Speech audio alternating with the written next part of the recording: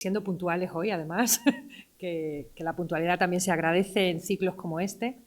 Voy a arrancar con la presentación y dando la bienvenida en nombre también de la Real Fundación Toledo, cuyo director se encuentra aquí acompañándonos, y miembros de su patronato y amigos del Museo Sefardí, que son dos colaboradores esenciales para poder desarrollar propuestas como esta, ¿no? Bienvenidos, bienvenidas, amigos, colaboradores, público del museo, también público virtual. Muchísimas gracias, una sesión más, por acompañarnos a esta nueva mirada de la exposición permanente del Museo Sefardí, que en 2025 se hace historia, se reivindica y se pone en valor, por fin, parte de un proyecto, el de la remodelación expositiva y el de nuestro discurso museográfico. Como dije en la presentación de las jornadas, debo destacar de todo el proyecto el objetivo institucional que cumple así el Museo Sefardí, el único museo nacional dedicado a la memoria, a la conservación y a la preservación del legado hispano-judío y sefardí, y a su estudio. Su estudio implica que un museo nacional como el Museo Sefardí pueda crear sinergias y redes de trabajo. Y me siento especialmente orgullosa, como directora del museo, encabezando el afán también y la voluntad de un equipo técnico que acompaña y que ayuda en todo el proyecto cultural, en decir y en agradecer que el Museo Sefardí no se encuentra solo en la tarea investigadora. No se encuentra solo por distintos motivos. En primer lugar, porque a nuestra puerta y a la puerta del Ministerio de Cultura ha llegado también en paralelo a la reorganización de la exposición permanente, la ayuda y la colaboración y el proyecto de la Fundación Cultura Islámica. Y es interesante cómo un museo tan peculiar como el Museo Sefardí, desde el punto de vista de la multiculturalidad, de las identidades y de las minorías que ponemos en valor en nuestro relato expositivo, podamos contar con apoyos como este, ¿no? Apoyos desde el punto de vista estratégico e institucional, pero desde el punto de vista de la investigación. De hecho, la recuperación de los patios del museo en las labores de reorganización del mismo y en el proyecto arquitectónico lleva anexa una labor de recuperación del patrimonio natural. Muy interesante el concepto de patrimonio natural en un contexto como el que ocupaba Toledo en el siglo XIV y precedente en la historia. El valor de Toledo y el valor de la judería de Toledo se imbrica en el estudio y en la recuperación también de un patrimonio con mayúsculas global que abarca el patrimonio natural, el patrimonio inmaterial y, por supuesto, el edificio arquitectónico que tan maravillosamente nos acompaña, ¿no? Y que es la razón de ser de todo esto, junto con nuestra biblioteca. Y, en definitiva, agradezco, en primer lugar, a esa fundación, a esa institución, a la Fundación Cultura Islámica, que de la mano de su coordinador científico, Sergio Isabel Ludeña, vamos construyendo un camino en torno a la recuperación de un patio histórico, en torno a la recuperación de un patrimonio natural que tiene mucho que aportar desde el punto de vista del patrimonio inmaterial, como decía también, y de la mano de un contexto arqueológico e histórico que se está poniendo en valor, que es el patrimonio andalusí de la ciudad de Toledo.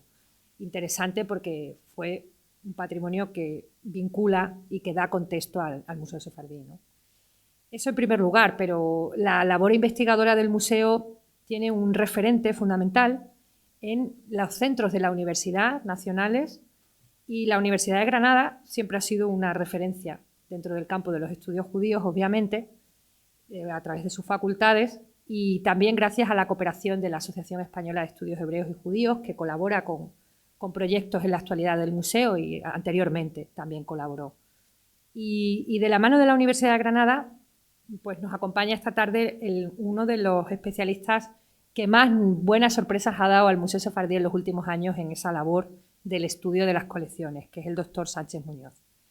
El doctor Daniel Sánchez Muñoz, de la Universidad de Granada, es menos conocido en el foro toledano, viene aquí por fin haciendo justicia a su labor de estudio que hace 2 veranos nos sorprendió gratamente con una nueva relectura arqueológica e histórica de la colección del museo. Y el doctor Sánchez Muñoz es doctor por la Universidad de Granada en Historia y en Artes dentro del Departamento de Historia y Ciencias de la Música, ¿verdad? Ha realizado estancias internacionales en Jerusalén, entre otras, la Universidad Hebrea, entiendo, y en su estancia en Jerusalén formó parte de un proyecto de I+D de colaboración sobre el estudio de la antigua Mesopotamia y liderado por la propia Universidad Hebrea de Jerusalén. Es un contratado también postdoc, Marie Curie, de la Comisión Europea, y bueno, pues su lectura a la colección del Museo Sefardí va a ser especialmente interesante. La hemos puesto en valor en el discurso expositivo y en el nuevo proyecto museográfico de las salas, de la sala 1 concretamente, porque este arranque del ciclo, continuamos el ciclo por orden cronológico de salas y de temas a tratar, de enfoques científicos a valorar. El Museo Sefardí, claro, ¿qué va a decir su directora? Es un museo interesantísimo desde la proyección y desde el estudio, como vengo enfatizando en la presentación, pero además manifiesta en sus salas, en sus 5 salas, 2 patios y un maravilloso edificio sinagogal, un potente relato, que es el relato de la presencia, estudio, recuperación y contexto histórico del desarrollo de las comunidades judías en la península, pero desde sus verdaderos orígenes, que por supuesto están en Próximo Oriente Antiguo, y es lo que nos va a acercar el doctor Sánchez Muñoz. Y bueno, especial agradecimiento a mi querida asociación de amigos. Por supuesto, muchísimas gracias, Juan Ignacio, por acompañarnos en cada convocatoria. Ricardo, miembros del patronato, que avaláis, que apoyáis los intereses del museo, su desarrollo, su calidad, su presente, su pasado, por supuesto. Ahí están los cursos de verano de cultura hispano-judía que tenemos en el ánimo de recuperar, y el proyecto. Y aquí estamos en el presente vinculando a un nuevo ciclo de conferencias que tanto cuesta arrancar, pero que por fin podemos hacer realidad, ¿no? con las nuevas lecturas científicas de la exposición permanente. Pero permitirme, patronato y miembros de la Asociación de Amigos, que dirija mi mirada a una amiga, a una colaboradora, que es la doctora Carmen Gómez Gómez, hebraísta y arabista por la Universidad Complutense de Madrid y actualmente bajo doctoranda del Instituto de Lenguas y Culturas del Mediterráneo del CSIC, de la mano de nuestro también colaborador patrono, el doctor Javier Castaño, que nos va a acompañar en breve en el próximo ciclo. Carmen se ha especializado con un DEA bajo el título Prosopografía y redes sociales en la aljama de los judíos de Toledo del siglo XIV. En 2011 fue becada en Suecia, donde realizó su programa intensivo postdoc, y desde entonces ha centrado su actividad académica e investigadora en la ciudad de Toledo. De verdad es leonesa de origen, pero pone un afán en la ciudad y un amor como pocas veces he visto en la ciudad, y veo mucho amor, pero desde fuera, ¿no? Es una persona que desde su capacidad curricular, su trayectoria profesional, transmite como guía turístico también, que hace labores profesionales de guía turístico por la ciudad, desde la investigación y la rigurosidad que eso da y la solvencia que le da a su discurso. En la actualidad, Carmen, además de ser tantas cosas, amiga sobre todo, debo decirlo, y permítanme esa licencia emocional, sobre todo está centrándose en la recuperación de su pretesis doctoral, que es futura tesis, confío. Participa en los cursos de verano y los programas de español en Toledo, Sefarad, Lengua, Historia y Cultura en Toledo. Y ahora mismo pues, es un buen timón de la administración de la Asociación de Amigos del Museo Sefardí, con lo cual socia y aliada pues, son palabras determinantes para definir la trayectoria de Carmen en estos momentos. También hace poco, además, ha presentado la pieza del mes del Museo Arqueológico Nacional, una pieza vinculada al área de medieval, vinculándolo al contexto del sábado, un cáliz de plata eucarístico. En fin, estamos el Museo Sefardí, en nombre de todo el museo, darles las gracias, y estamos rodeados esta tarde, ya por fin, agradeciendo la misma oportunidad, de amigos, de colaboradores y de ciencia. Museo y ciencia es un binomio, no se puede entender. Mi papel es gestión, pero soy plenamente consciente de la labor que tiene la investigación en los museos por muchos motivos, también personales, y créanme que la recuperación del mensaje científico está implícita gracias a la colaboración de estas personas, de estos investigadores y de estos perfiles que, por supuesto, tienen que seguir acompañándonos, ¿no?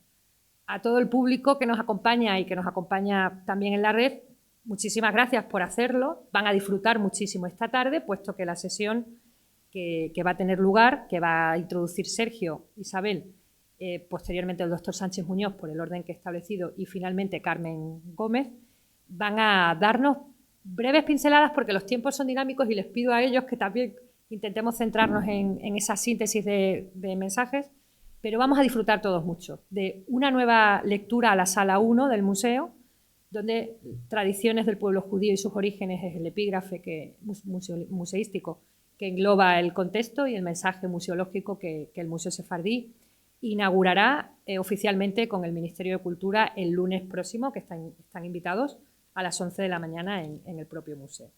Así que, sin más, le doy la palabra al doctor Sergio Isabel Ludeña, coordinador de la Fundación de Cultura Islámica. Muchísimas gracias.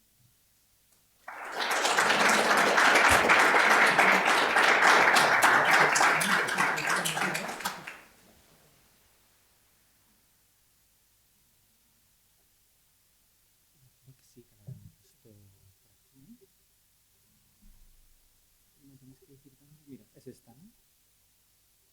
¿La abro aquí o la abro...? Está aquí, ¿no? Está perfecto.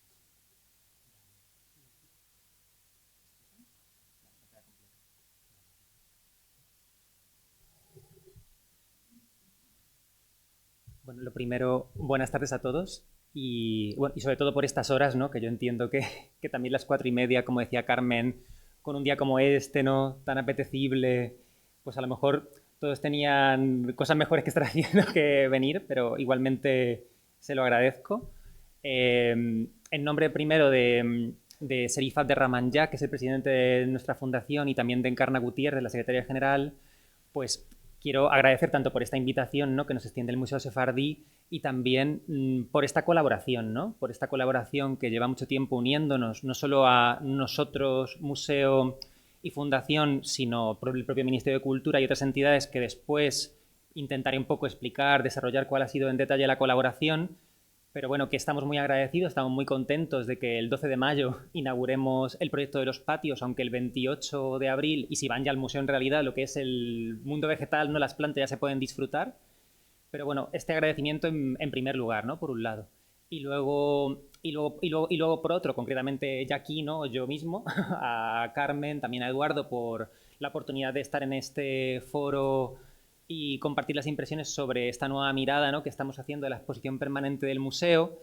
Yo, para estos 25-30 minutos que me proponen, me he propuesto una cosa algo complicada, que es intentar introducirle brevemente, sin destaparlo del todo, un proyecto que es el proyecto de itinerario de botánica andalusí, que realmente en Toledo lo tenemos entre dos espacios, entre el Museo de Santa Cruz y el Museo Sefardí, y sobre todo intentar poner un poco de contexto de por qué hablar de botánica andalusí, ¿no?, lo que está en el título, en relación con estas comunidades judías de la península ibérica en época medieval. Y claro, es que bajo este término quiero, para empezar, ¿no?, de al-Ándalus, ¿no?, de lo andalusí, pues también entender este punto de encuentro, ¿no?, entre esas diferentes religiones que convivían en este periodo de la península ibérica, y toda esta interacción que había entre estas personas de diferente religión, que en muchos casos tenían en sus elementos culturales elementos muy compartidos. Y la botánica, que es parte de lo que voy a intentar hablar esta tarde, sin ser botánico, sino venir desde la arqueología, pues es introducir un poco estos aspectos comunes que nos han llevado a establecer este itinerario.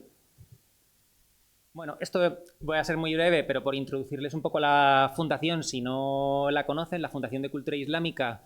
Somos una fundación privada, pero estamos bajo el patronato del propio Ministerio de Cultura y también bajo la ECIC y el Ministerio de Asuntos Exteriores. Ahora les enseño las imágenes de una escuela de jardinería que tenemos en Marruecos. Nuestro objetivo principal es luchar contra la islamofobia, por un lado, a través de recordar y hacer visibles y revalorizar los elementos que tienen que ver con Al-Ándalus y las continuidades del Al-Ándalus en la península ibérica. Es decir, nuestra fundación nos dedicamos a hacer este tipo de proyectos culturales, apoyamos a la investigación de investigadores que hacen proyectos en torno a estos contextos, ¿no?, de Al-Ándalus y continuidades, o en este caso pues colaboramos en proyectos, exposiciones, discursos museográficos que tienen que ver también con estos periodos.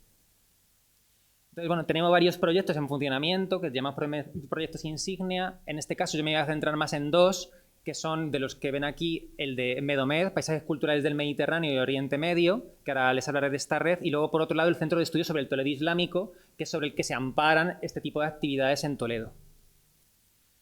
Esto, que es realmente de lo que voy a hablar en resumidas cuentas, como decía, es la integración de un proyecto entre dos museos de la ciudad. El Museo de Santa Cruz, que aparece reflejado en la flor verde, que es el panel de las aves afrontadas el dibujo esquemático que tiene, que está en Taller del Moro, pero es de una de las sedes del Museo de Santa Cruz de la ciudad, y por otro lado un fragmento, ¿no?, de la decoración vegetal de la sala de oraciones de la sinagoga del Tránsito. Entonces el proyecto une estos dos espacios a través de un discurso que tiene que ver con este patrimonio inmaterial, vegetal, histórico que introducía Carmen, pero que ahora yo pues voy a ahondar más en esto. Os quería decir y destacar que es un proyecto coral, especialmente. No es que lo hayamos hecho solamente Fundación y Museo y Ministerio, sino que aquí han estado implicadas muchas otras entidades. No solamente el propio Museo de Santa Cruz y los técnicos del propio Museo de Santa Cruz, sino también gente que está dentro de esta red de Medomed, que ahora hablaré de ella, de una red que mantenemos desde la Fundación de colaboración, y dentro de estos jardines botánicos que han colaborado están el de la Estación Biológica de Torretes, que es de la Universidad de Alicante, y también el Jardín Botánico de Castilla-La Mancha, que está en Albacete, muy desconocido por desgracia. Si pueden ir, también muy recomendable dentro de nuestra región, que muchos somos de Castilla-La Mancha, pero no hemos ido nunca al Jardín Botánico, pero tiene una colección vegetal impresionante que merece la pena para hacer una visita. Todas estas personas hemos estado trabajando conjuntamente para, desde diferentes ámbitos, juntar este conocimiento y poder desarrollar estos recorridos, en realidad, por los museos. Por ponerle un marco, ¿no?, en torno a cómo estamos haciendo esto, la propia Fundación mantiene este proyecto de Medomed, de Paisajes Culturales del Mediterráneo y Oriente Medio, a través del cual hacemos, a través de 23 países, un contacto, sobre todo entre sur del Mediterráneo y oriente del Mediterráneo, con países del norte del Mediterráneo, fundamentalmente España e Italia y algún país más, pero esto, durante los años que venimos trabajando, desde 2009, ha hecho conectar la orilla sur, donde no hay tradición de tener jardines botánicos, viveros de especies vegetales de protección. Es una zona donde tienen una diversidad vegetal y animal enorme, pero hay muchos elementos de protección que no conocen, que no están practicando, como estamos haciendo en Europa, por ejemplo. Entonces esto permitía intercambiar experiencias al mismo tiempo entre países europeos y países norteafricanos y de Oriente Próximo, pero al mismo tiempo que lo hacíamos también, hablábamos de las cosas que habíamos estado haciendo mal, gestionando mal desde la propia península ibérica, ¿no? Pues temas de costas, ¿no?, o espacios vegetales que se han ido deteriorando, porque estos países están en un crecimiento, también crecimientos urbanísticos. Entonces hay elementos de protección que se pueden aplicar para proteger también paisajes, no solamente vegetación, sino paisajes culturales, donde hay toda esta diversidad cultural, vegetal, animal, que está existiendo, que está conviviendo. Si tuviéramos que ir a un sitio, como dicen los botánicos, compañeros, donde recuperar gran parte de la diversidad vegetal que estamos perdiendo en Europa, es en el norte de África, es en Oriente Próximo, que es donde se conserva. Entonces hay que fomentar este intercambio, esta convivencia y esta protección. Nosotros al mismo tiempo mantenemos un proyecto de interés social en Marruecos. Entre Rabat y Salé mantenemos una escuela de jardinería. Damos formación a unos 100 chicos en riesgo de exclusión social, que lo que hacemos es darle formación en jardinería durante 3 años, en 3 cursos. Pues en esta escuela, que el espacio fue un vertedero, gracias a ayudas diferentes se ha arreglado el terreno, se ha retirado la basura y hoy son aproximadamente 3 hectáreas, entre 2 y 3 hectáreas, destinadas al cultivo, la enseñanza de este tipo de prácticas jardineras.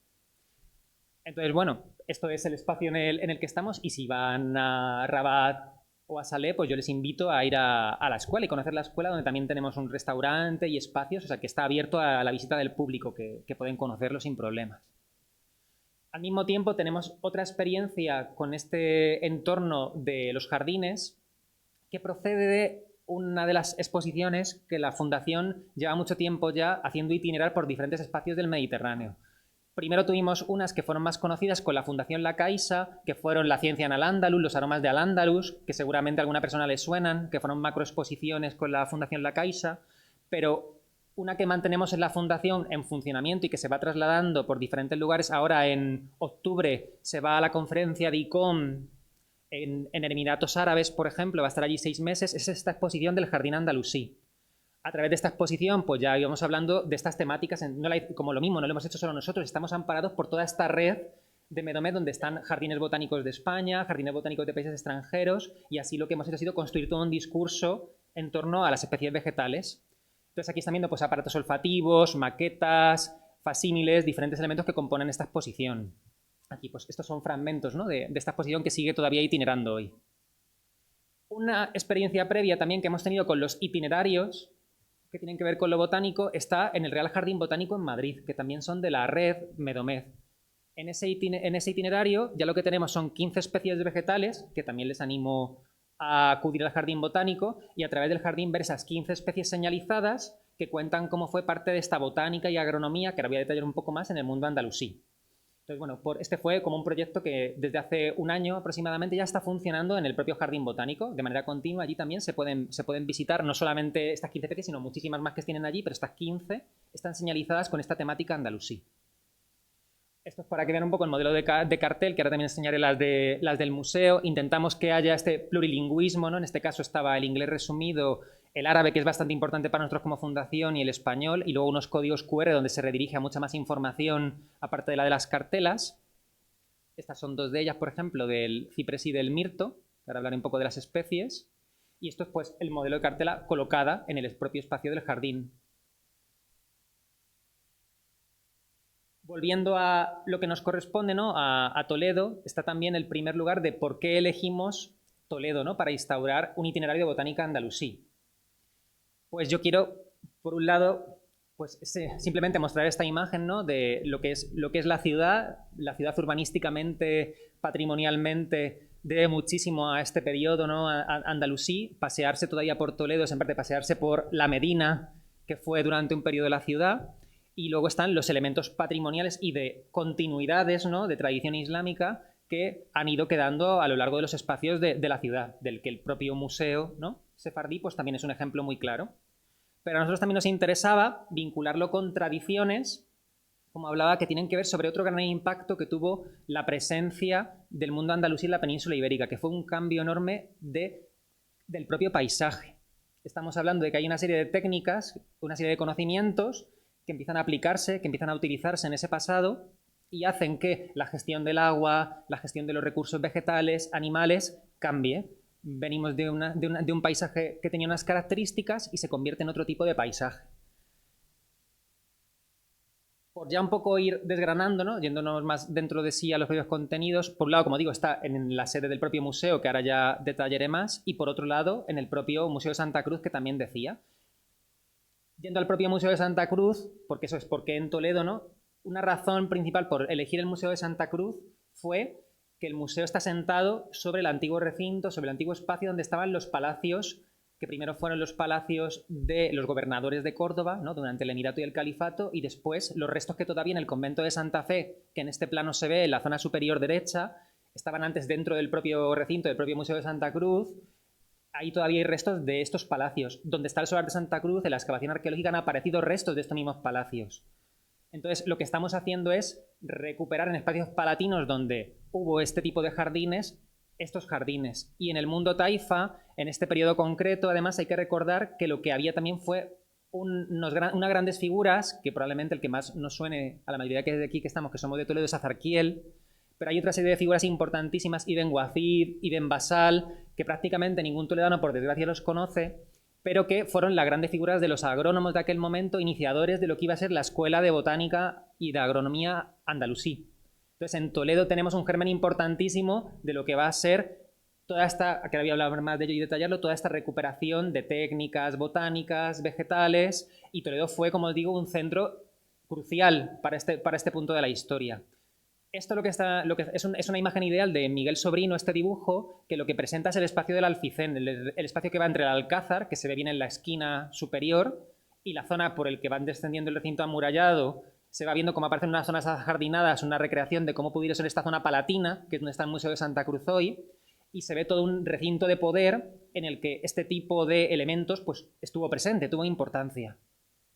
Por otro lado, además, es que fuera del casco histórico hay otro espacio todavía muy pendiente de estudio, arqueológico sobre todo, que es el que se encuentra en este caso siguiendo el Tajo un poco arriba a la derecha de lo que es el casco histórico. Ahí se ve todo un recinto que es el paraje de la Huerta del Rey, donde también sabemos por las crónicas que el propio rey Taifa al-Mamun lo que hizo fue construir allí una almunia, un espacio que se caracterizaba por esas huertas, estos espacios de experimentación botánica. Eso lo que hizo, aparte de ser un palacio aristocrático, fue que estos agrónomos que estoy comentando, Ibn Wazir, Ibn Basal, son el centro de cómo se constituye este espacio palatino y todo este entorno ajardinado, que solo se puede entender viéndolo así, claro, viéndolo en este conjunto. Por desgracia, pues es un espacio, como digo, todavía por trabajar arqueológicamente, en el que, aunque hoy se ve el Palacio de Galiana, que todos conocemos, sabemos bastante poco de lo que fue la Almunia Regia, ¿no?, de este pasado. Pero estamos hablando de este paraje, estamos hablando de este espacio junto al Tajo, esta gran vega que todavía hoy sigue siendo vega, hoy de monocultivo de alfalfa, aunque esto es en el pasado más reciente, pero que allí fue una gran zona de instalación de huertas y espacios utilizados para diferentes cultivos. Que en el Museo de Santa Cruz, volviendo ya a este primer museo, pues lo que hemos hecho es querer hacer ese doble tributo. Por un lado, de que ahí estuvieron los jardines vinculados con estos palacios, volver a poner, aunque no se corresponde, claro, lo que estamos viendo con los palacios andalusíes, pero sí poner en espacios, en los solares donde estuvieron los palacios, estos jardines, y por otro lado también al mismo tiempo hacer un tributo a estos agrónomos toledanos prácticamente desconocidos para la mayor parte de la población, que no para los investigadores ni tampoco para la gente de su tiempo, ni los siglos posteriores. Este sí está inaugurado desde hace unos meses, ya entonces si tienen tiempo, si les apetece, ahora con el buen tiempo está esplendoroso, esta primavera tan lluviosa, pues les animo a visitar lo que es la primera parte de este proyecto. Allí pues tenemos 14 especies, por destacar alguna, pues el naranjo amargo, por ejemplo, que fue tan característico de la ciudad, y por la aclimatación que se hizo del naranjo amargo en este siglo XI, pues tenemos 2 naranjos amargos, también tenemos un melocotonero, zumaques, plantas que están enormemente entrelazadas con la historia de la ciudad, y no solo plantas, que esto en algún momento alguien lo ha pensado, no son plantas todas ellas introducidas, que ahora hablaré de esto, plantas introducidas por musulmanes en la península ibérica o por gente del Mediterráneo en el periodo de Al-Ándalus en la península ibérica. No, hay especies que simplemente estaban en península ibérica, pero hablamos de los usos que durante este periodo empiezan a hacerse de estas plantas, usos médicos, usos farmacológicos, usos estéticos, ¿no?, que en este periodo fueron muy importantes. Bueno, para que vean el modelo de cartela que se va a replicar en el Museo Sefardí.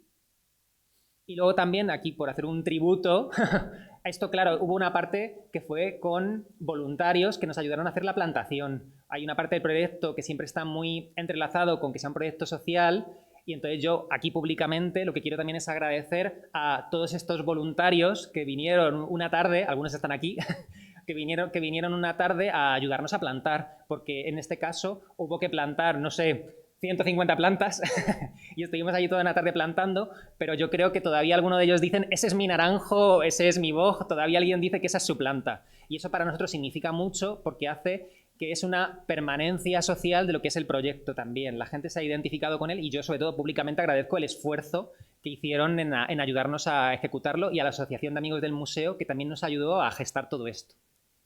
Y bueno, es lo que permite pues que hoy se vea esto así, pues la lavanda, ¿no?, la flor de la lavanda junto a la fachada del museo, y que yo lo que no les he traído muchas fotos porque lo que quiero es animarles a ir a conocer los espacios. Está basado fundamentalmente el contenido del itinerario en 2 fuentes. Una es lo que tiene que ver con el estudio documental que especialistas ya han hecho de estos contenidos, sobre todo un equipo muy conocido que es el de Espiración García, y gente que está muy versada en el tema botánico, que ha recopilado sobre estas plantas y sus utilizaciones. Estamos utilizando los textos agronómicos, los textos de los agrónomos andalusíes, directamente a través de los estudiosos que se han dedicado a comentar e identificar todas estas especies. O sea, una parte es documental para entendernos y viene de ahí. Y otra también la completa la arqueobotánica.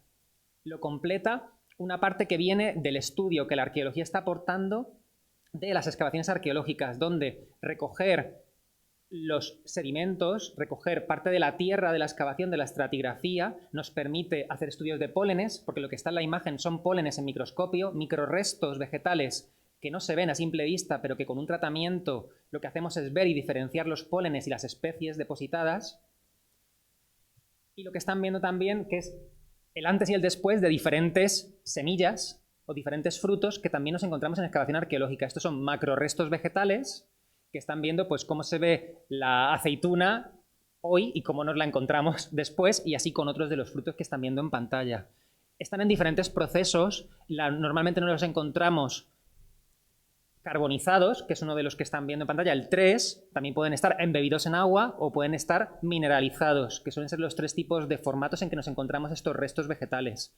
Y eso nos permite identificar la especie. Quiere decir que si en un patio de casa medieval toledana, que esto lo estamos haciendo, en el Salón Rico, por ejemplo, que se hizo con el consorcio, tomamos unas muestras vegetales que en el laboratorio de arqueobiología del CSIC lo estamos procesando, y te aparecen pues pipas de uva y te aparecen igual te aparecen las semillas del higo. Eso aparece recogiendo la tierra y analizando el resto. Pero claro, es un proceso que normalmente la arqueología no ha hecho porque se tiende a desechar, a tirar este registro. Y por eso también lo quería yo contar aquí y reclamar, porque es muy importante hablar de parte del patrimonio que es menos monumental, ¿no? Y parte de la estratigrafía y parte de lo que recogemos que es mucho menos monumental y que a veces no lo podemos enseñar en un museo, o sí, ¿no? También en nuestra exposición van las semillas quemadas, ¿no? Y mucha gente habrá visto en Pompeya higos quemados, panes quemados, o sea que también se puede explicar. Pero sobre todo yo hago esta reclamación porque hace falta sensibilizar incluso a la propia investigación sobre la importancia de su recogida y su procesamiento. También puede ser directamente maderas y elementos vegetales quemados, como lo que están viendo aquí, o en otros estados, ¿vale? Que ya estamos en antracología, otros de los aspectos que también hemos trabajado. ¿Qué tenemos en el Museo Sefardí, en este caso? El Museo Sefardí afrontaba la renovación de sus patios y entramos en un diálogo, vimos una oportunidad viendo la reforma que se estaba haciendo también entre el museo, el estudio de arquitectura, la gente que estaba detrás, en el que había una serie de especies vegetales que iban a cambiarse, que se iban a sustituir. Entonces, pues en un primer momento fue lo que empezó siendo una sugerencia de podéis introducir mejor estas especies, acabó siendo convertirlo en una continuidad del proyecto que estaba en el propio Museo de Santa Cruz. Nos permitía conectar otro paso más, que era el de decir, bueno, es que no solamente estaban estos agrónomos de religión musulmana, pero que también había otros contextos que en este caso eran de religión judía, ¿no? Estas personas, pero que practicaban medicina similar, botánica similar, farmacología similar, de una misma tradición, y nos permitía vincular un discurso para nosotros muy potente, que era también hablar de esa relación que existe, ¿no? Entre pues, musulmán de la península ibérica, judío de la península ibérica y andalusí, ¿no? Entonces, hablar de todo esto nos parecía sumamente interesante para dos instituciones que hablamos de la convivencia cultural en el presente también, y de ahí surgió la idea de establecer así el proyecto. En los dos patios del museo, pues se ha elegido una selección de especies, 12 especies, que van a ser las que se pueden visitar en este recorrido. En este caso, si el de Museo de Santa Cruz era algo que estaba entrelazado con las tradiciones, como digo, de los agrónomos toledanos y un tributo a los agrónomos, y hablar de los palacios, ¿no? y estos espacios, en este caso era hablar de dos elementos en que la botánica se toca mucho con el mundo judío de la península ibérica, que era, en el caso de lo que tiene que ver del ciclo festivo y su relación con algunas especies vegetales, y por otro lado algo que hizo muy conocidos a los judíos y también a los musulmanes medievales, pero después yo creo a los sefardíes en la diáspora también mucho más, que fue el tema médico. Entonces, bueno, aquí otro tributo también para los compañeros del museo. Yo aquí públicamente también, además de a Carmen, quiero agradecer a todo el equipo, ¿no? A María, Tamara, Guillermo, Sonia, a todos los que han estado detrás, también a Laura especialmente, sobre todo a Laura, porque lo que han hecho no solo ha sido ayudarnos a plantar, sino a lo que ha sido gestar todo esto en torno al museo. Entonces, bueno, yo se lo agradezco aquí públicamente, igual que a los voluntarios de Santa Cruz, a la Asociación de Amigos de Santa Cruz y a los técnicos de Santa Cruz, pues también para los del propio Museo Sefardí. Estáis viendo pues, el mismo proceso que hubo, ¿no? Del plantar estas especies, traerles. Esto es un cidro etrog, por ejemplo, Citrus médrica, pero etrog, una variedad muy concreta vinculada con el mundo judío. Entonces, todo esto es lo que parte de lo que vamos a poder visitar y contar. Es que yo tampoco quiero contarles el contenido porque quiero que visiten el recorrido. En este caso, por destacar una pequeña pincelada, algo que además está en los dos museos, es un proyecto de recuperación importante vegetal que tenemos detrás, que es el de recuperar una especie, una subespecie en concreto del mirto común, que es el arrayán morisco.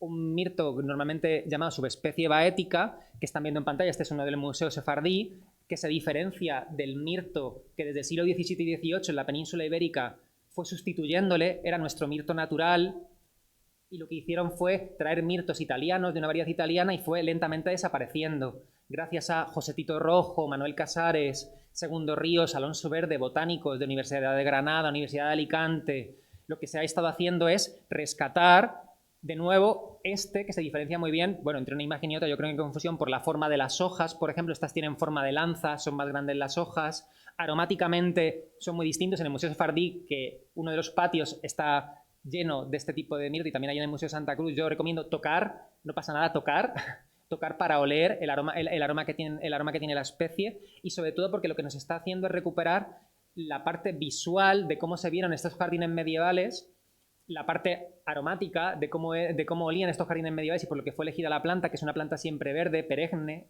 y por eso fue elegida para los jardines. Y sobre todo que estamos haciendo que una genética de una especie que se está recuperando de pocos ejemplares que sobreviven en la Alhambra, en el Real de San Vicente, aquí en la propia ciudad de Toledo, estamos multiplicando con este protocolo, estamos recuperando una subespecie que lo que estaba haciendo era perderse y por tanto reducir nuestra diversidad vegetal.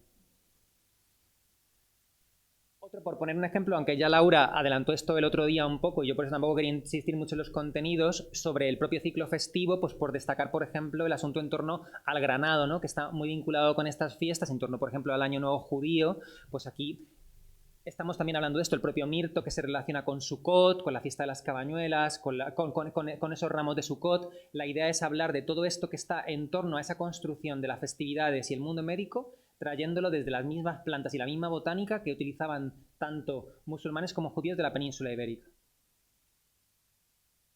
Y un poco por entender todo el recorrido cultural que trae esto, yo solo quisiera hacer un breve inciso sobre esta recuperación importante que se está haciendo de estas ciencias de los antiguos, de estas ciencias del mundo greco-romano, que están también recogiendo la tradición, por otro lado, indo-persa, y que está haciendo que llegue un canal a través del Mediterráneo hasta la península ibérica. Pongo este mapa muy curioso que está en es un mapa que es de Al-Idrisi, que aquí se ve muy... Bueno, la península es un mapa que está con el norte invertido, o sea, el norte está donde está el sur. Entonces, la península ibérica está en la parte del medio derecha, que se ve ahí la punta. Es que yo creo que el puntero, si lo pongo, no se ve de todas maneras, ¿no? Sí, península ibérica, Mediterráneo.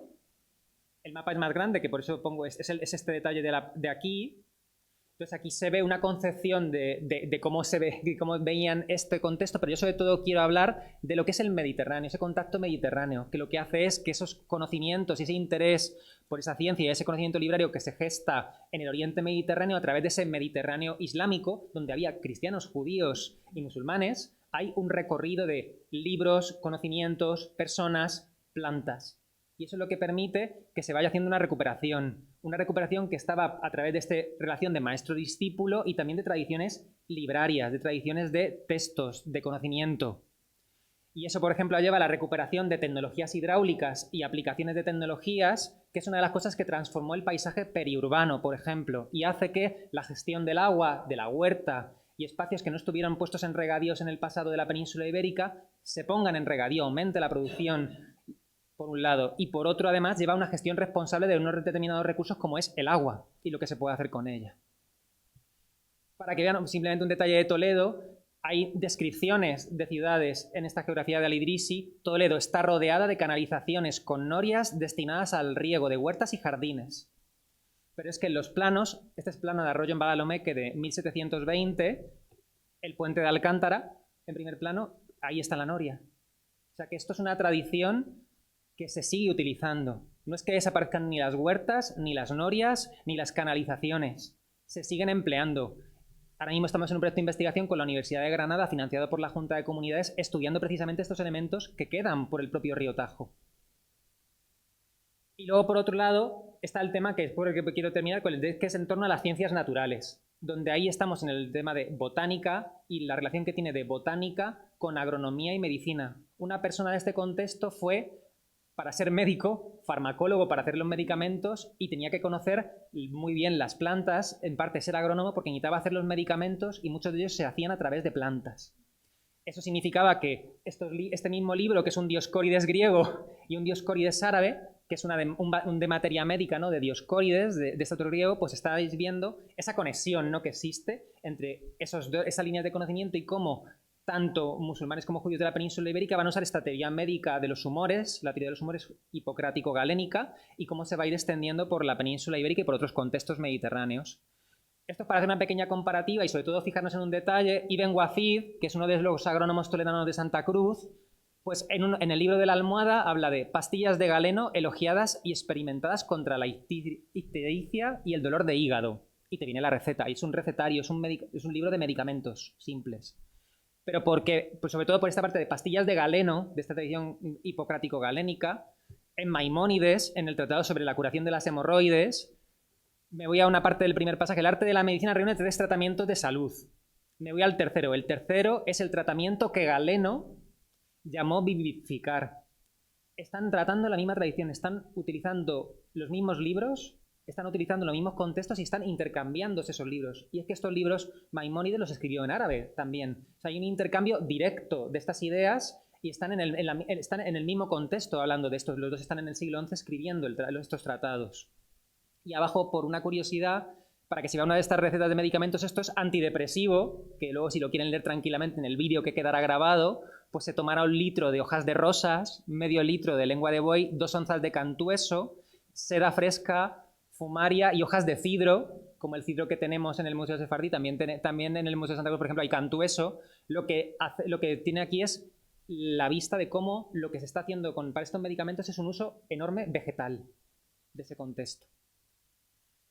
Y por acabar y vincular esa traducción para que se vea cómo hay esa perduración de la escuela agronómica andalusí, al final aquí la conquista de 1085 hace que esos agrónomos se desplacen. Ibn Basal, ese agrónomo especialmente conocido, no se queda en la ciudad, sino que él va a Sevilla, donde va a hacer otra Almunia, que también es otro paraje, Huerta del Rey, para los reyes de Sevilla. Pero es que allí, Abul Jair, que es de los agrónomos siguientes, los alumnos, pues ya dice: yo he visto esta planta en nuestra tierra, en el Jardín del Rey, en donde había sido sembrada por el maestro agrónomo Ibn Basal. De Toledo viaja a Sevilla, a Granada, a otras ciudades, y de ahí es donde va a surgir después auténticamente la escuela agronómica andalusí. Pero el germen de todo esto pasa por Toledo, pasa por este contexto científico toledano. Así tendríamos de tono. Ibn Basal, autor del libro de agricultura, dice: vi en Toledo un árbol que tiene diversas clases de frutos. A través de la puerta de la sacra se ven granados sin par, cuya flor tiene casi el tamaño de la granada. Se usan diferentes tipos de injertos. Los injertos, las aclimataciones fueron clave. Fueron la manera para atraer plantas que no estaban en la península ibérica: naranjo amargo, alcachofa, berenjena, arroz. Plantas que no estaban ni cultivadas en península ibérica empiezan a cultivarse en península ibérica. Se traen, se aclimatan las especies vegetales. No es que cambiaran el paisaje, que también lo hicieron, sino que lo que cambian es nuestra huerta, nuestra manera de comer. Cambia todo eso porque traen nuevas especies que tienen estas peculiaridades, tanto para tema médico como para tema alimenticio. Entonces, pues una de las pocas almunias que lo he traído un poco para finalizar, que nos queda en pie, que es visible, es la del Generalife de la Alhambra. Que está en la huerta, que todavía funciona del Generalife, y aquí para que enfrente la Alhambra. Y luego una pequeña reivindicación ya para terminar, y es que hay mucho más de lo andalusí, que es un secano. Un secano que está empezando a investigarse y que pongo de ejemplo este yacimiento, que es el yacimiento de La Graja, que está en Higueruela, en Albacete, un pueblo pequeño, en el que todavía se puede hablar mucho más, porque nos hemos centrado mucho tiempo en hablar de los regadíos, las especies de regadío, pero hay todo un mundo vinculado a todas estas comunidades, que es un mundo rural, que no es urbano, y que es un mundo donde no es practicable el regadío. Un mundo donde también hay presencia de esta agricultura, de esta ganadería de secano, que además se muestra por prácticas alimenticias. Esta es una oveja sacrificada ritualmente con un rito islámico. De manera que se constata que hay población, tanto judía como musulmana, que ocupa estos espacios rurales y que tiene estas formas de vida también. Es decir, no solamente son urbanos, para entendernos. Y hay que ampliar también el estudio, porque lo hemos vinculado mucho las tradiciones investigadoras con el ámbito urbano también. Pero hay mucho mundo rural por hacer, mucho mundo rural por trabajar todavía. Y ya sin más, lamento si me he llegado a pasar un par de minutos, pero bueno, ya creo que por presentar el proyecto y sobre todo animar a que visiten, ¿no?, los dos jardines como complementarios para primero introducirse, yo creo, con el del Museo de Santa Cruz en estos días, y para después del día 12, pues que nos acompañen en la inauguración con una jornada que ya anunciaremos por la tarde de conferencias para complementar también así conocimientos paralelos. Y luego ya pues visitarlo tranquilamente por el Museo Sefardí. Y nada, muchísimas gracias.